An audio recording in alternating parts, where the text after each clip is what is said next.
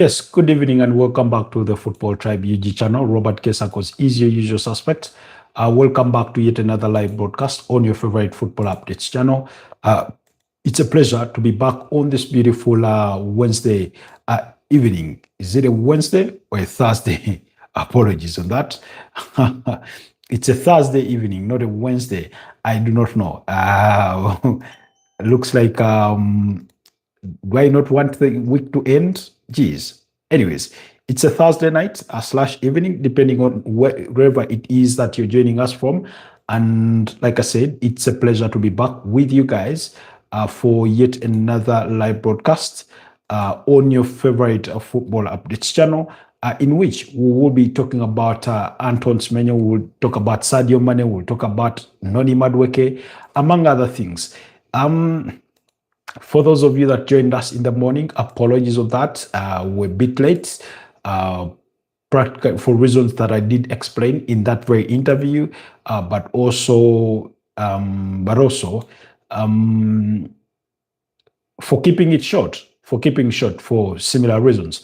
So we are back and we are hoping that we will have a more stable internet tonight after what has been a last horrible 24 plus hours with very, very bad internet, really, to say the least. It's been a bit difficult work-wise. A lot has gone away. A lot. There's a lot. We've lost a lot of time trying to catch up with internet, trying to get things in the right order and things like that.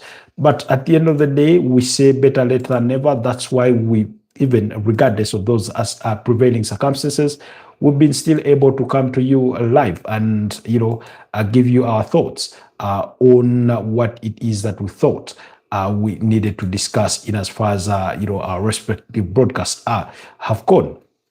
So allow me have our audios tested, make sure everything does check out perfectly well before we go any deeper in tonight's conversation, which I hope will be very, very fruitful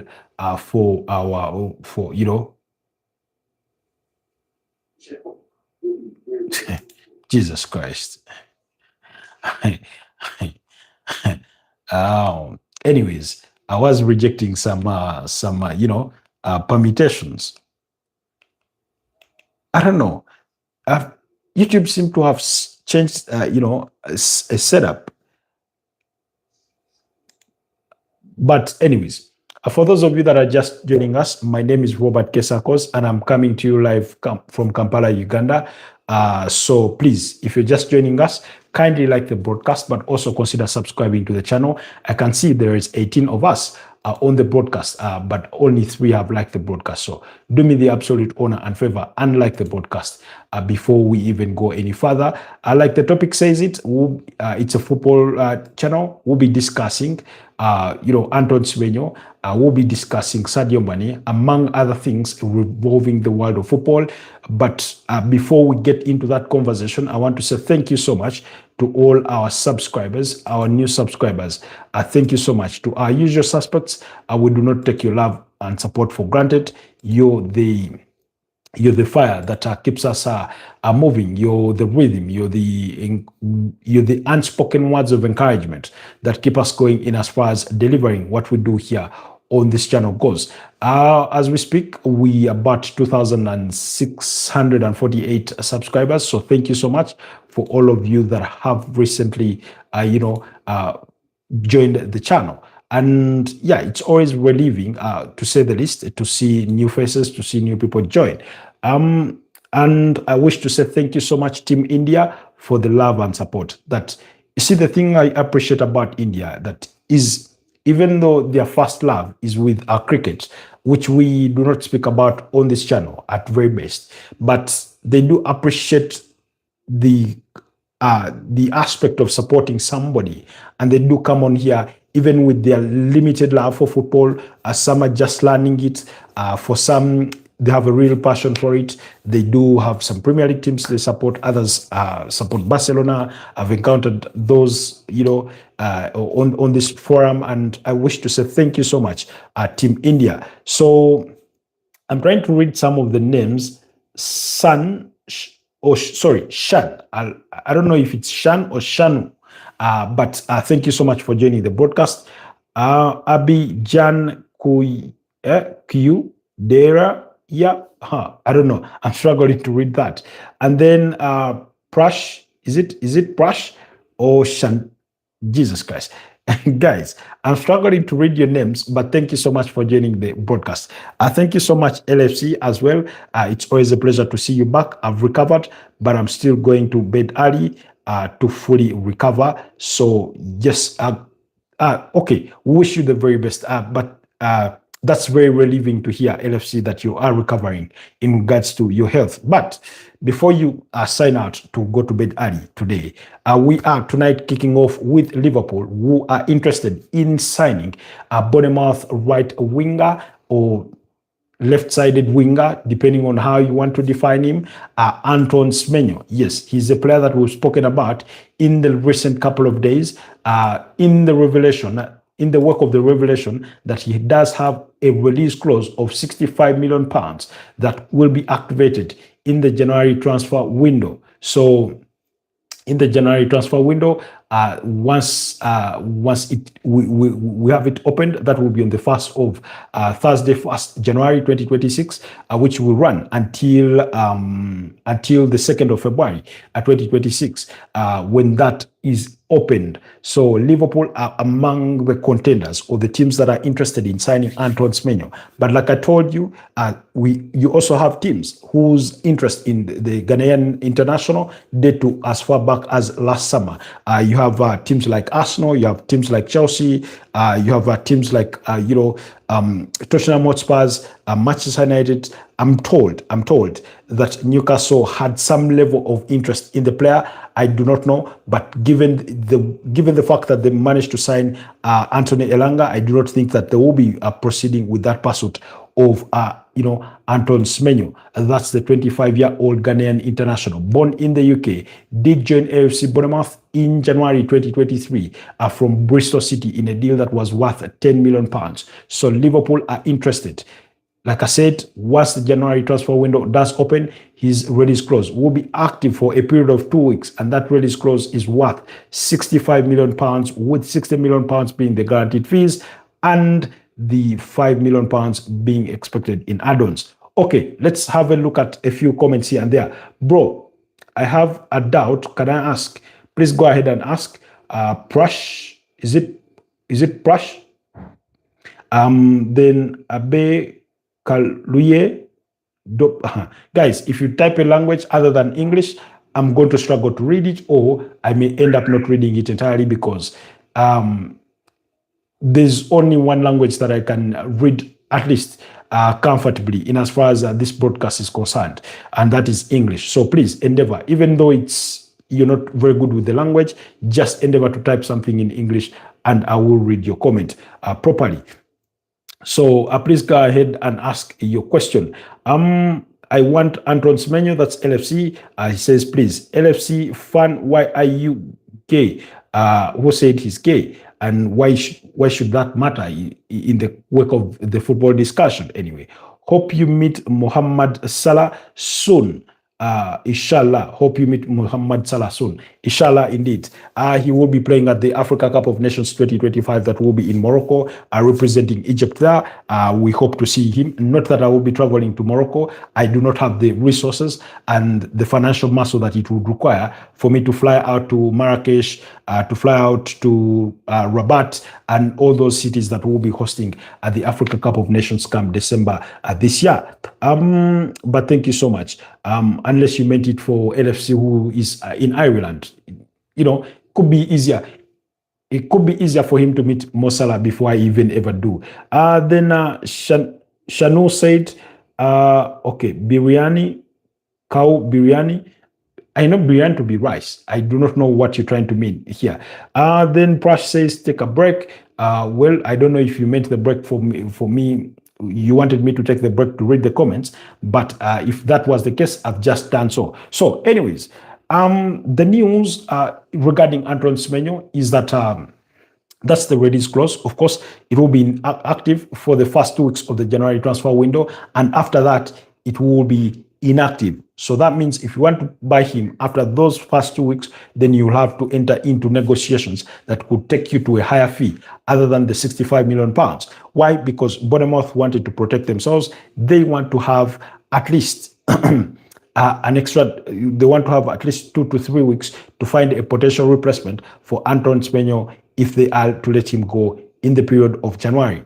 However, reports do suggest that Bournemouth wouldn't want to let the player go in January, that they would rather let him go next summer. But that means by next summer, his release clause will have dropped to 50 million pounds. That's a hit they are willing to take because anyway, they will still be making loads and loads of money or a chunk of profit off his sale anyway, because like I told you, he joined them in January 2023 from Bristol City in a deal worth 10 million pounds. I do not know whether Bristol City hold a future sell-on clause, but usually that could be the case. And, whatever expenses there falls in, so meaning that their profit could stand if they were to let him go at around 50 million pounds in the summer.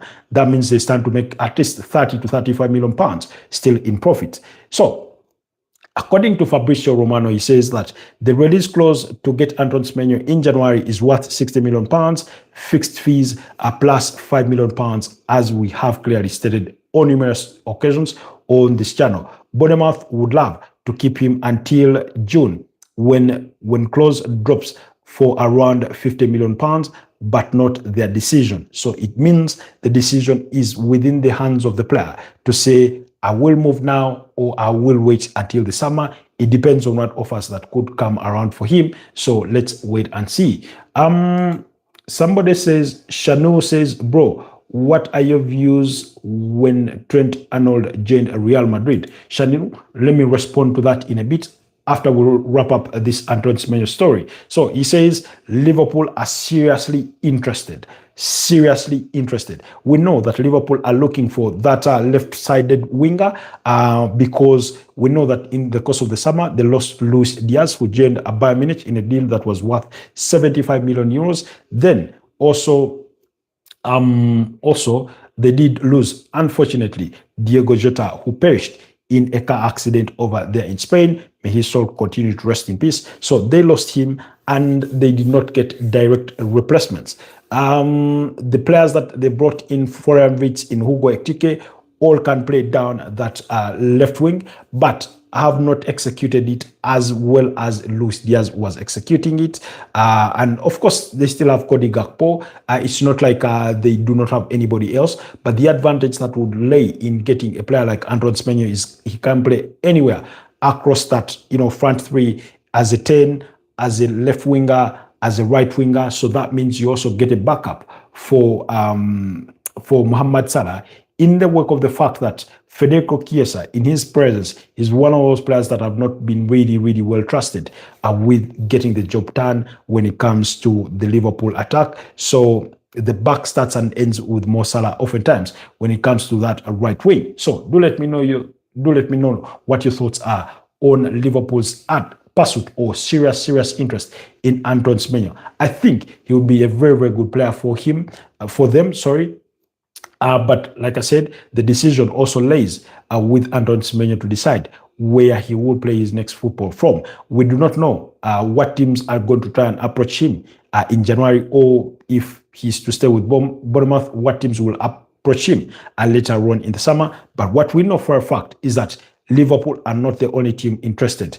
Arsenal having signed Ebeleche Eze, who could play at the left wing, and where they already have Leandro Trossard and Gabriel Martinelli, and hoping that Martin Odegaard does return to fill that, playmaker kind of role. It begs the question whether Arsenal will, sort of cement their interest in Antoine Semenyo and go and make the purchase.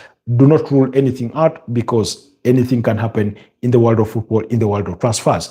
The other team you cannot rule out is Chelsea. Yes, Chelsea have signed so many players that do play on that left wing: Willian Estavao, Alejandro Garnacho, Pedro Neto, etc. All those wingers that they do have with Jamie Gittens, all the players that they have within their ranks, still do not rule out anything for Chelsea.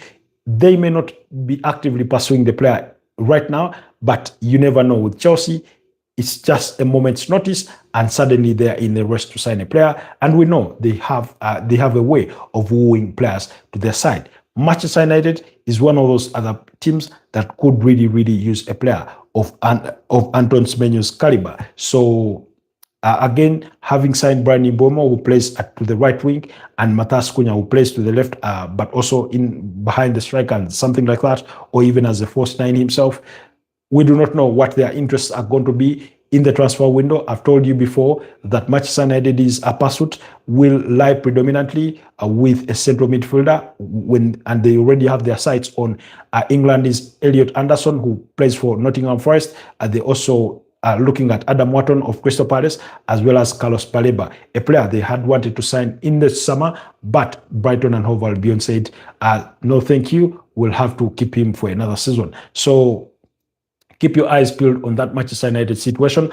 That will be their primary target in getting a central midfielder, but do not rule out the possibility of signing a winger, because they will have their eyes on Antoine Semenyo. For a team the size of Manchester United, whenever there is a good player, they're going to have their heart in the ring. So that's that. Tottenham Hotspurs, like I said, do not rule them out either.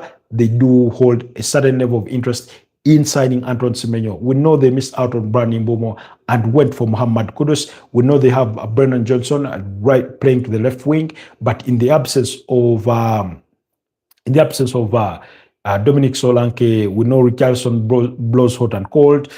We know that Xavi Simons has not yet clicked at the level they want him to be at or expect him to be at. We know that Randall Colomwani has had a slow start on his loan spell to Tottenham Hotspurs. We know that Matthias Telles is well within there in the mix, but still do not rule out anything for Tottenham Hotspurs, because they too could use another forward player, and Antoine Semenyo could be that player of interest for them, and we will only wait to see if Thomas Frank will try and pursue his signature. So all those teams that are enlisted for you could throw their hat in the ring to try and woo Antoine Semenyo. The question then becomes, if you're Antoine Semenyo, which of those teams do you choose?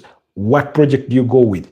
Do you go with the Man United project? Do you go with the Chelsea project? Do you go with Thomas Frank's project? Do you go with Anna Slot's project? Do you go in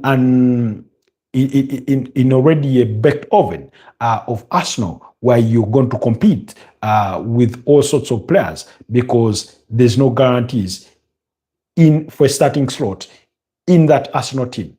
And I'm not saying there is a guarantee at a Liverpool team, but he has better odds of fighting his way into that one. But even at Arsenal, he also has a chance to fight his way. But all I'm saying is that it is a bigger mountain for him to climb to break through that starting 11 or that Arsenal team, as compared to the way it would be with Liverpool, when you have only Cody Gakpo to compete with really predominantly with that role. Because we know Florian Wirtz, while he's been played there to the left wing, he is predominantly a central midfielder in terms of a central attacking midfielder or an attacking midfielder in that sort of sense. Then also, you have Mo Salah's position, so then also the other question is, what team is going to try and assign a player that is also going to be away for, the AFCON? Again, that I do not think that would stop a transfer, but I think it would be a factor because of the timing. Because, like I said, the transfer window opens on Thursday, the 1st of January, 2026.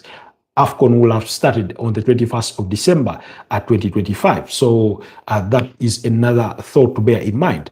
Then, if you're to go to Man United, again, I think Man United is a bit of a blank check. I think, however, given the sort of structure with which Man United play, there stands a chance of having him played as a wing back. I do not know if that would be of interest to him, because the way Ruben Amorim sets up his team with a back three, a double pivot of usually Casemiro and Bruno Fernandes, with the wing backs in Amadou Diallo, sometimes it's Diego Dalot or Patrick Dogu on the other side, it could be Nusa Mazori, whichever it is, with two number 10s in Mbeumo and Cunha, with Benjamin Sesko leading the lines, or with Mason Mount and Brandon Mbeumo with Cunha leading the line. So the question is, where would a player like Antoine Semenyo play? He would have to play as a wing back. Is he open to that? I do not know with absolute certainty. I cannot say yes or no, but we will only wait and see. Like I love to say, only time will tell us. Then quickly, I'm moving away from that, and so then at Chelsea, I do not know of any forward player that has cemented their position in that Chelsea team. Not really, you know. We know that Cole Palmer has been out through injury. Maybe he's one of the players that you could say has a lock in on his position in the team for as long as he's fit. But when you look at Joao Pedro, when you look at Liam Delap, when you look at Tariq George, when you look at Makui, when you look at Jamie Gittens, when you look at Pedro Neto, when you look at Alejandro Garnacho, when you look at William Estavao, I do not think that any of those players has done enough to cement their role, to cement their position within a team of Chelsea's caliber. Now, we know that William Estavao is really, really brilliant. When you look at the Brazilian national team, 5 games, 5 goals. When you look at the way he started his career with Chelsea, I think it's been, nothing shy of brilliant, although there's still room for enormous improvement. When you look at Alejandro Garnacho, he needs to, improve on his finishing touch, and that, final pass that he lays for an assist.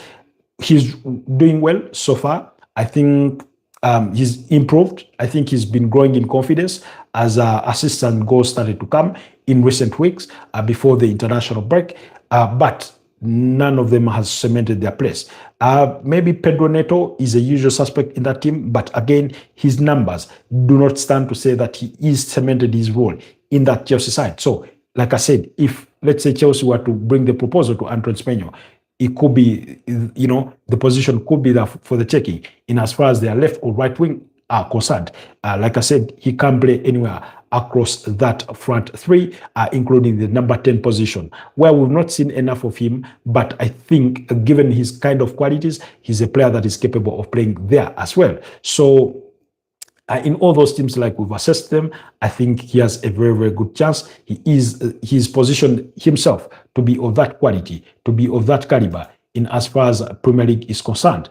Then quickly, when you look at his statistics, last season he had he scored 13 goals across all competitions, with 11 of those coming in the Premier League alone in 37 appearances, really providing 5 assists to give him a 16-goal involvement. That in comparison to his earlier, season, like I told you, 2023-2024, he played 32 games, scored 8 goals and provided 2 assists. So that was a 10-goal involvement. So that means he improved by a goal involvement of 6, just last campaign. And when you look at this season, only 11 games played, he scored 6 goals and provided 3 assists. That's a 9-goal involvement already, 7 shy of equaling his tally from last season before we get into halfway the season. So you can see that he is really, really improving. He will be turning 26 on the 7th of January 2026, having been born in 2000. So, like I said, the jury is out. Do let me know if you're a football fan, if you're a Liverpool fan, Man United, Arsenal, Chelsea, Tottenham, and any other team. Do let me know. Where would you love to see Antoine Semenyo play his football if he were to leave AFC Bournemouth? Would it be for your club, or would you wish he rather goes to any of those other clubs that we have enlisted? Anyways, away from the Antoine Semenyo talk, somebody asked, Shanus asked, bro, what are your views when Trent joined Real Madrid? I think it's the best thing, it's the second best thing that has happened to him his entire life. Reason being, he's a childhood Liverpool fan. He got to live his Liverpool dream, coming through the ranks of the academy and being one of the standout players that they would have had in the last 7 years or thereabout. He helped the team win 2 Premier League titles in 2020 and in 2025. He helped his team win the UEFA Champions League in 2019. He helped his team win the EFL Cup, and that was in 2024 when they beat Chelsea by 0-0 in the final. He helped his team win an FA Cup. He helped his team, I think, win the Community Shield. He helped his team win the UEFA Super Cup. So really, I do not think there is more that he could have done for Liverpool. I mean, Having achieved all that with Liverpool, he had lived his dream literally, and anything other than that would have come as a bonus. In other words, maybe he did feel to himself that he had started to get in a bit of a comfort zone and he needed a new challenge, pretty much as he said, that he needed a new challenge. And what better challenge is there than to test yourself in an entirely new league at one of the biggest brands in global football, if not the biggest, and that is Real Madrid. Now, the demands that come with playing for a team like Real Madrid are all there for the world of football to see, to know, to comprehend, So when you look at Real Madrid dominating European football, having 15 Champions League titles, when you go to the domestic, the Spanish La Liga, they've won, I think, 36 La Liga titles. They're dominant there. But in comparison, of course, the two giant clubs in there in Barcelona and Real Madrid, and he went to one of them, So really, and I think between you and I, based on pedigree, based on what they've won in terms of competitions, in terms of titles across board, we know that by far Real Madrid is a bigger brand, is a bigger club than Liverpool are, when it comes to the global stage of football, or when it comes to the continental stage of European football. They are that team. So was his move from Liverpool to Real Madrid, if you're objective enough and you put out the emotions of you being a Liverpool fan, you'll clearly understand that that was an upgrade, a step further. Has he had the dream start at Real Madrid that he would have hoped for? Not really, not at all. He had a decent FIFA Club World Cup, but his start to the Spanish La Liga season has been hampered with injuries. He had just recovered from a hamstring injury, and that's why I saw him being discussed or being debated for not being part of the England squad. And one of the arguments people lay on table was that because he was playing out of England, suddenly he went out of frame. I do not want to believe so. He's not part of that team because he's not been playing enough football, because he's been out injured, So it's nothing other than that. It has nothing to do with his footballing qualities, not one bit. We've not seen enough of him to appreciate his career at Real Madrid. That's just what it is. But I think it was a brilliant, brilliant move for, Alexander Trent-Arnold. Anyways, let's move on. We move on to Sadio Mane. Now, Sadio Mane was speaking on a podcast with Rio Ferdinand. I think it's Rio Ferdinand's podcast, and he did reveal back in 2014 thereabout, how he almost joined Manchester United because Louis van Gaal was seriously interested in his services. He had a call with him and they had a chat, but he also acknowledged that he had reservations about joining Manchester United because he thought he was in his moment of his career. Having been playing at Southampton, he was in that moment of his career where he needed to improve on a lot of things. And the only way he was going to achieve that was playing consistently. And when he looked at around that Manchester United team, it still had Robin Van Persie, Wayne Macaroni, it had Angelo Di Maria. I think that's the same period around with which Radamel Falcao Garcia Zarate comes to the team and things like that. So he did wonder whether he was going to have a guaranteed starting place in the team and something like that. So eventually, that's the kind of conversation that Sadio Mane had with Louis van Gaal. They had had an earlier chat prior to that, but he speaks particularly to that phone call that Sadio Mane, that Louis van Gaal called him and said, I want you to come to Manchester United. So really, that conversation did happen, and around the same time, Mauricio Pochettino, who had been a former Southampton manager, had also reached out wanting him to join Tottenham Hotspurs. So we know that Sadio Mane joined Liverpool in the summer of 2016. I think that was after Virgil van Dijk had joined, because Virgil van Dijk possibly joins, I think, in January. So Was it 2016 for Virgil van Dijk, or it was no? Virgil van Dijk comes in 2018. Yes, 2018, January 2018. That's when he joins. So that's I think about a year and a half or 2 years after Sadio Mane had joined already. So, anyways, the point is that he did reveal that he almost joined Man United, but he had reservations given the collection of senior players, the collection of stars that lay within that Manchester United squad. And around the same time, he received a phone call from Mauricio Pochettino, who wanted him to go join Tottenham Hotspur. And he does acknowledge he went and visited Tottenham Hotspur facilities. He visited the stadium, the training ground, was given a tour of the facilities. They had a great conversation with Mauricio Pochettino, and he told Mauricio Pochettino, and I quote, "Have the talks with my agent and I will join." Now, 3 days after that pitch with Tottenham Hotspurs, guess who gets on the phone call to call Sadio Mane? Jurgen Klopp. We know. Now, remember, Jurgen Klopp had just joined Liverpool, and this was he joined Liverpool in October 2015 when they let go of Brendan Rodgers, and he came in. Now, they signed him in the summer of 2016. So that was after the 2015-2016 season in which Leicester City won the league title. So you can see. So when Jurgen Klopp calls him, he tells him, "Look here, boy, this is my project. This is my team. I have every control. So I want you to be part of my team. I want you in my team. I think you have the potential. You have the qualities that I want." He gave him the best speech there was to give. And by the end of that phone call, Sadio Mane had given Jurgen Klopp his word that he would join Liverpool. Well, to hell with Tottenham Hotspurs, he must have thought to his mind. Now, I mean, it's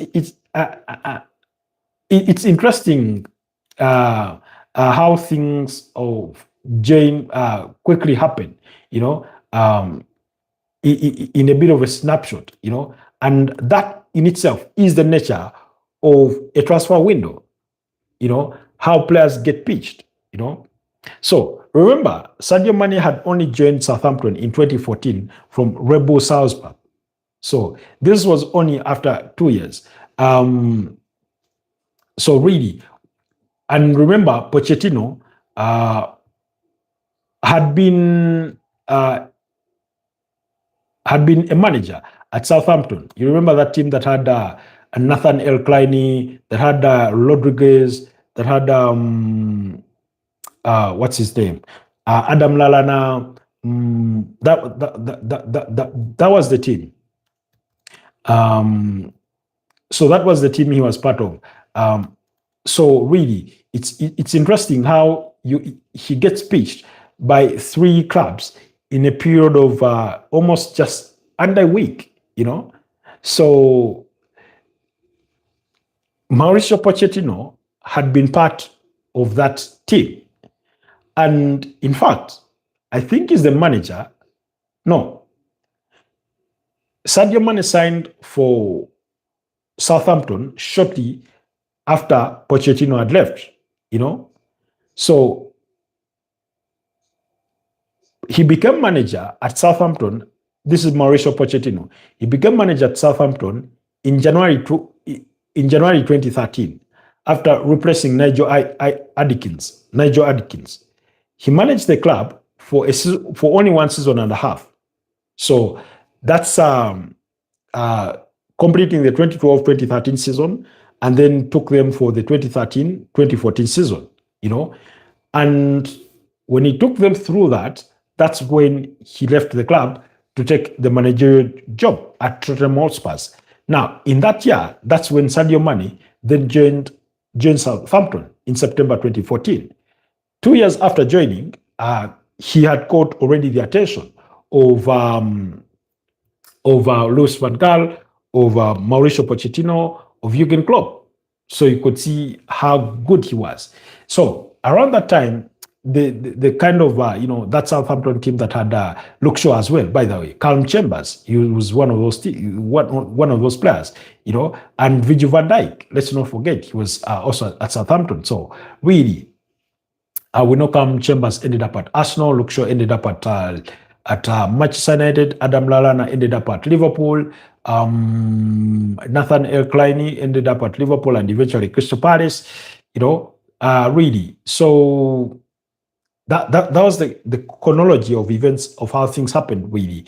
But we know, like I said, once Jurgen Klopp pitched in, he gave him his word, just get things done with my agent, and I'll be a Liverpool player. And the rest is history. We know what he did, what he went on to have, a brilliant, a stellar career with Liverpool, which helped him end up win 2 accolades as the African Player of the Year, I think 2019 and 2020. During that period, Sadio Mane was voted African Player of the Year, So really, that's the kind of career he went on to have. Anyways, when it comes to players almost joining clubs, if we were to give examples of how Johnny Obi Mikel almost joined Man United and he ended up at Chelsea, William Borges de Silva almost joined Tottenham Hotspur, did a medical there, ended up at Chelsea. Juan Manuel Mata almost joined Arsenal and ended up at Chelsea. We know Eden Hazard almost joined Arsenal, ended up at Chelsea. We know Cristiano Ronaldo, Arsenal were seriously pursuing him. Then he ended up at Man United.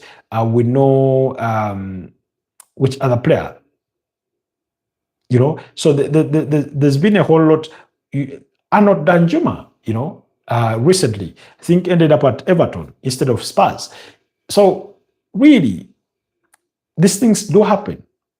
That while you're pitching, in recent memory, Ebeleche Eze was close to joining Tottenham Hotspur, and then he decides in a last minute gossip, let me dial my phone and call Mikel Arteta and see if I can get this move. He gets on phone with Mikel Arteta and Arteta is like, sit tight, my boy.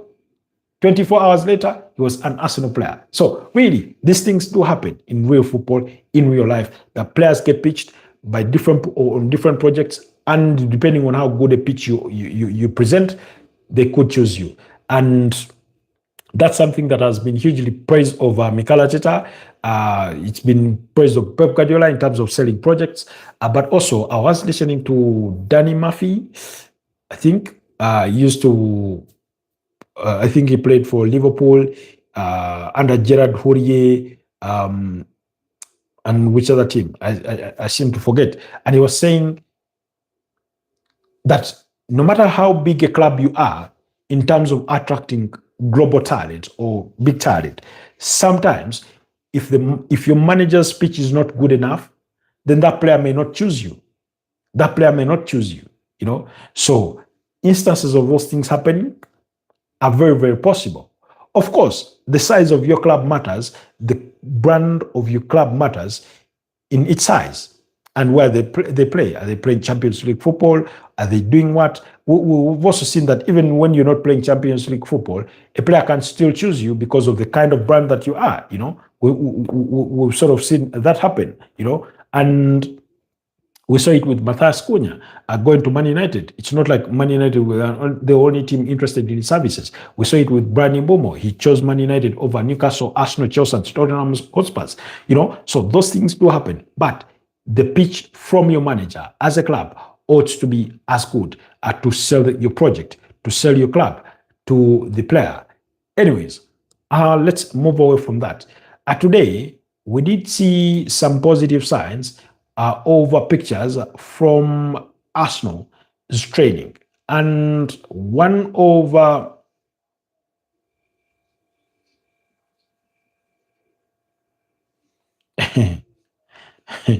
I was, like I say, we saw some pictures of Arsenal's training session, and Noni Madueke appeared to be part of that. Noni Madueke appeared to be part of Arsenal's training, today, and looks like the 23-year-old England winger is back. Will he make it the matchday squad against Tottenham Hotspur in the North London derby this weekend on Sunday? Only time will tell. But we'll wait to hear from Mikel Arteta, possibly tomorrow in his pre-match press conference. And on a similar note, we've not seen pictures of him in training, but according to the hand of Arsenal, he says there is a possibility for Martin Odegaard to be available for the Tottenham game. It will be a late call for him and others. Arsenal are also planning on unveiling a T4 at the North London derby. The design was supporter-driven, with current and former players featuring on it. That's the tweet from the hand of Arsenal. So looks like yesterday but one, we got reports again that Victor Gyökeres was a doubt for the North London derby. But whereas that in itself is a blow, whereas Arsenal contend with the blow of Gabriel Magalhaes being out injured through a muscular injury that he did suffer in Brazil's 2-0 victory against Senegal in an international friendly at the Emirates Stadium, the possibility of having Noni Madueke and Martin Odegaard return in the same weekend is really, really big.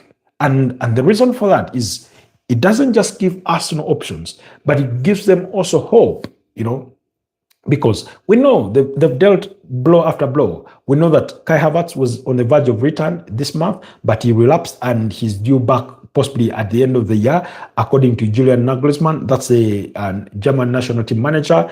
We know that Victor Gyökeres is a doubt. We know that Gabriel Magalhaes is out injured. We know Gabriel Martinelli is still out injured. We know Gabriel Jesus, he's still out injured. So really, we know that Carafiori missed Italy's games during the international break due to a hip issue, whereas he is expected to be back. We do not know with absolute certainty that he will definitely be part of that team. Now, then who else? When you look at that cohort of players that are out through injury, really, you can't help but wonder, you can't help but think that any player that Arsenal get to welcome back will be a huge, huge plus for the Gunners, really. So fingers crossed. Let's see if they will welcome any of those players back from injury, but there is that possibility that they could welcome back, Martin Odegaard and Noni Madueke. But like I said, according to a photo we have seen today, he did appear to be in training.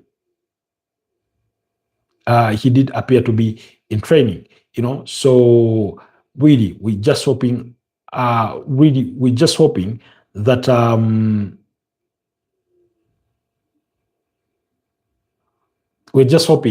things really, really work out. There's an interesting statistic, by the way, going into the North London derby this weekend. Arsenal have lost only one game at home against Tottenham Hotspurs in the last 32 London derbies. They have lost just one game of their last 32 Premier League home games against Tottenham. And I think, if I were to remember that was the 3-2 loss to Tottenham, in which Younes Kaboul scored and Rafael van der Vaart under Arsene Wenger. Arsenal had the lead in that game. So possibly that's the result we are talking about. So, however, Tottenham have been good travelers this season. It's at home where they've really, really struggled. That's where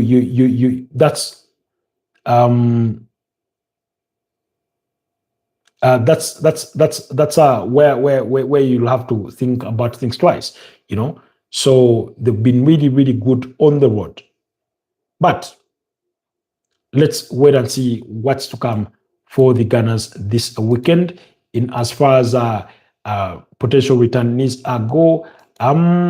Speaking of which, tomorrow being a Friday morning, we are supposed to be doing our previews or starting on our previews for the weekend.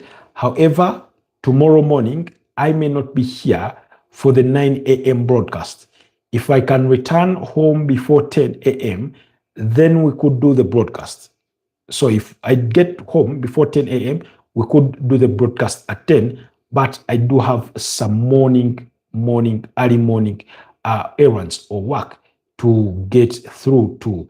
So please bear that in mind, that I will be, that I may not be available for our morning broadcast at 9 a.m. Yes, I'll be doing some work. So that's something I thought I should remind you of, really, so that you do not wait at the hour and then suddenly you don't see me show up, really. You don't see me show up.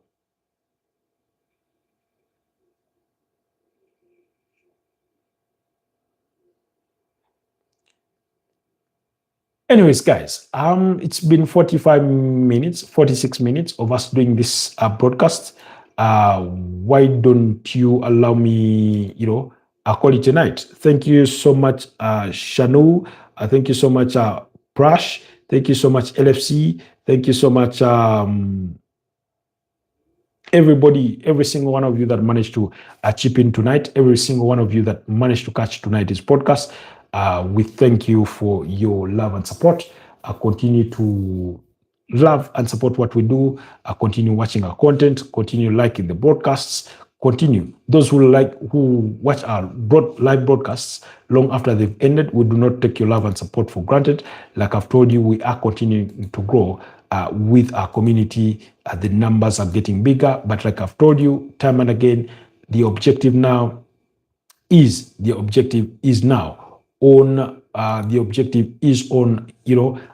getting the channel monetized, hitting those 4,000 hours of watch time. So please do endeavor to watch as much of our content as you can, share it in your respective fan forums, and help us continue to grow. Otherwise, it's been a pleasure doing this with you tonight. Allow me relegate myself to other night duties that I do have to get to finish up on that. Otherwise, it's always a pleasure doing this with you. I wish you a wonderful rest of the night, and I'll see you guys tomorrow. Bye-bye for now.